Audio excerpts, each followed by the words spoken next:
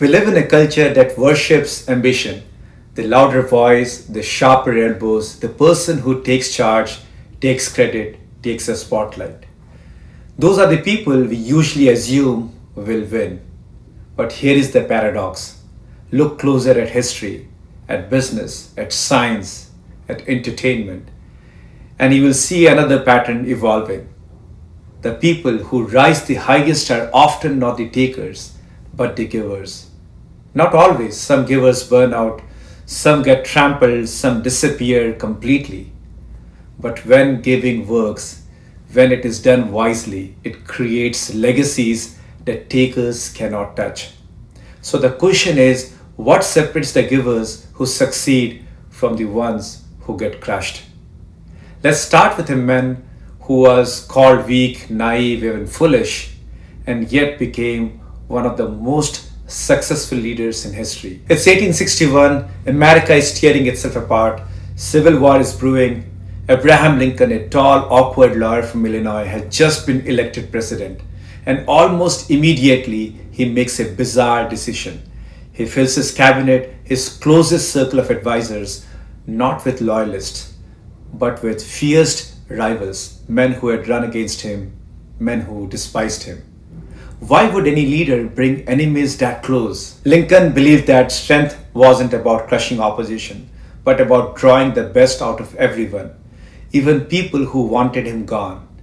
And he led with empathy. When soldiers deserted, generals urged him to take an example of them, to execute them. Lincoln often signed pardon instead. Critics called him weak, but those pardons built loyalty. Soldiers fought harder for a president they felt understood them. What looked like softness was actually strategy. Lincoln embodied a truth that would echo across countries. Real strength often looks like humility. Now let's jump to Silicon Valley more than a century later. In the late 1990s, a programmer named Adam Rifkin was quietly writing code. He wasn't a flashy founder, he wasn't pitching investors in fancy boardrooms. By every traditional metric, he was invisible. And yet, within a decade, Rifkin became one of the most connected people in the tech world. How? By living by one simple rule, the 5-minute favor. If you could do something in 5 minutes to help someone, maybe a quick introduction, a reference to someone, or advising someone, he would do it, no strings attached. People laughed at him at first. Why waste time helping strangers? Why invest in people who cannot help you back? But Rifkin understood something powerful in it. Social capital compounds when you help others without keeping score. The network builds itself. Years later, when Rifkin needed help, his community responded instantly. Doors opened, opportunities poured in. Psychologists have a term for this mind, and this mindset is known as pronia. It is the opposite of paranoia. Instead of fearing others are plotting against you, you believe they are secretly plotting for your success. For most people, that sounds delusional. For givers like Rifkin, it becomes a self-fulfilling prophecy. This is the giver's playbook, small, consistent acts that compound into unstoppable networks of trust. But giving isn't always obvious. Sometimes it looks like stepping back, letting others shine, and resisting the urge to grab credit. Take George Meyer, the hidden force behind The Simpsons. Meyer rarely wrote first drafts. Instead, he specialized in rewrites.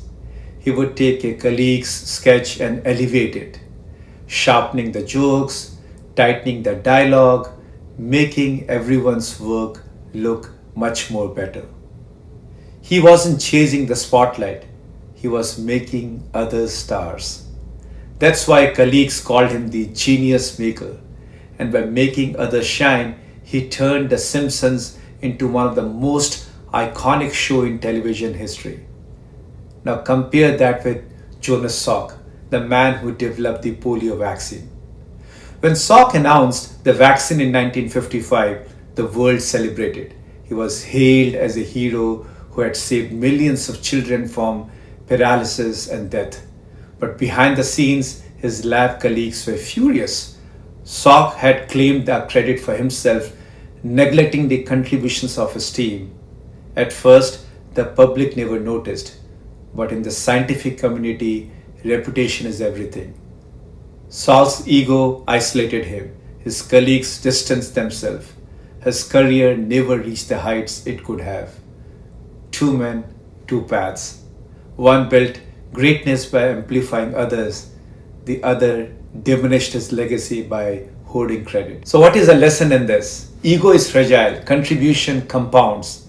At this point, you might be thinking, okay, giving sounds nice, but isn't it just another word for being a pushover? Here is where the science gets fascinating. Let's take an example. In hospitals where nurses feel safe to admit mistakes, reported error rates actually go up. At first glance, that looks like disaster, more mistakes, more incompetence. But here is the twist. Those hospitals save more lives because errors are surfaced, addressed, and fixed. In hospitals where people fear punishment, mistakes go underground, and silent mistakes obviously kill people.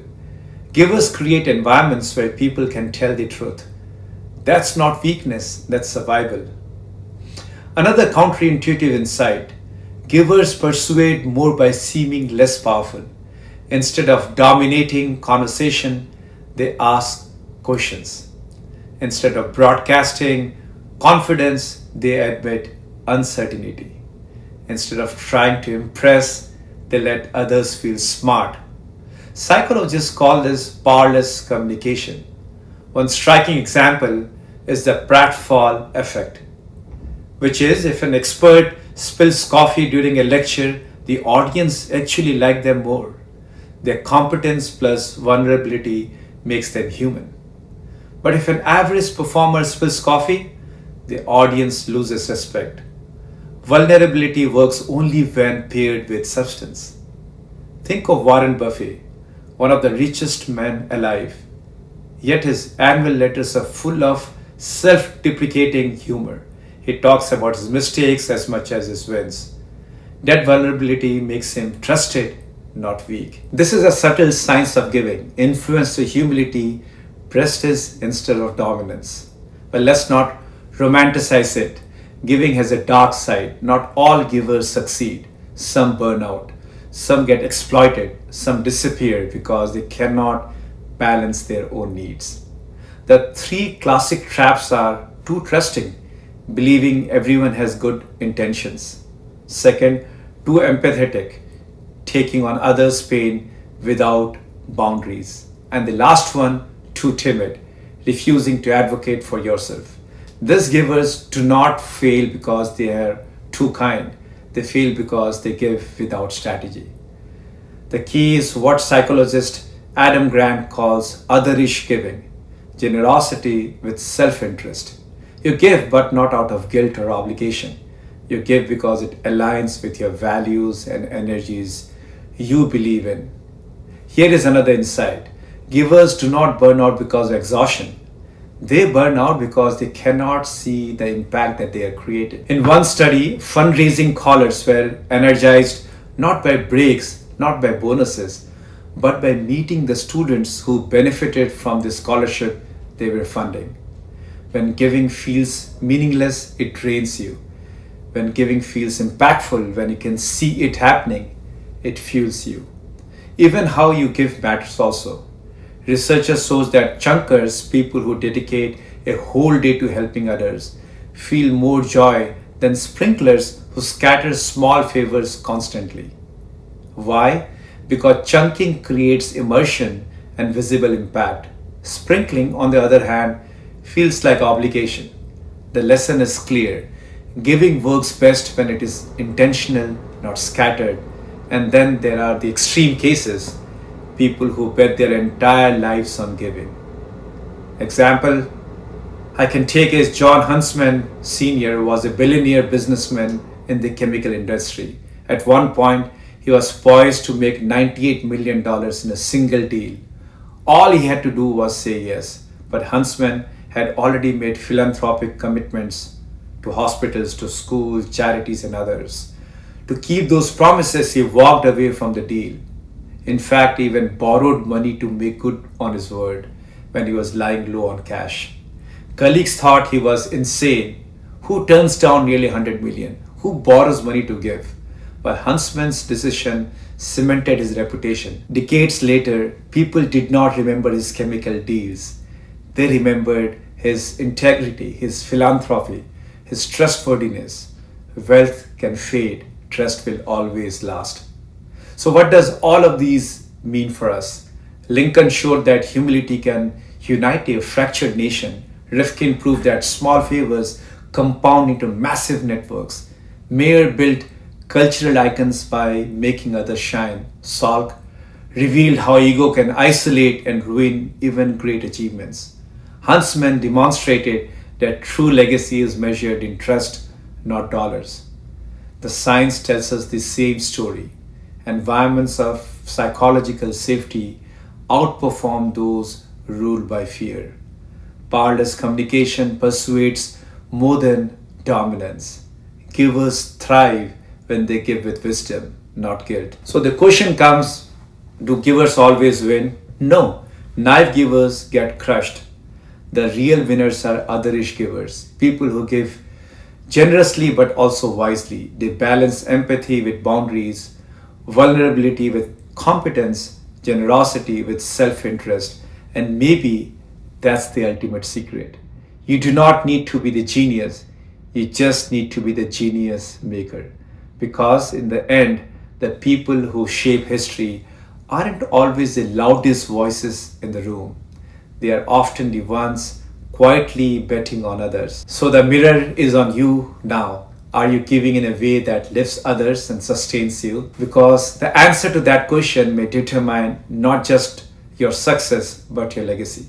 Thank you for listening. I greatly appreciate you listening to this video. This video is inspired from the book Give and Take written by Adam Rifkin. I've recorded one more shorter video or shorter version of this video before. I wanted to take a longish take on this video because I really like this book and some of the concepts are revealing instead. For instance, giving always pays off in the end, but at the same time, you should know how to give wisely. Thank you once again for listening. Take care. Bye now.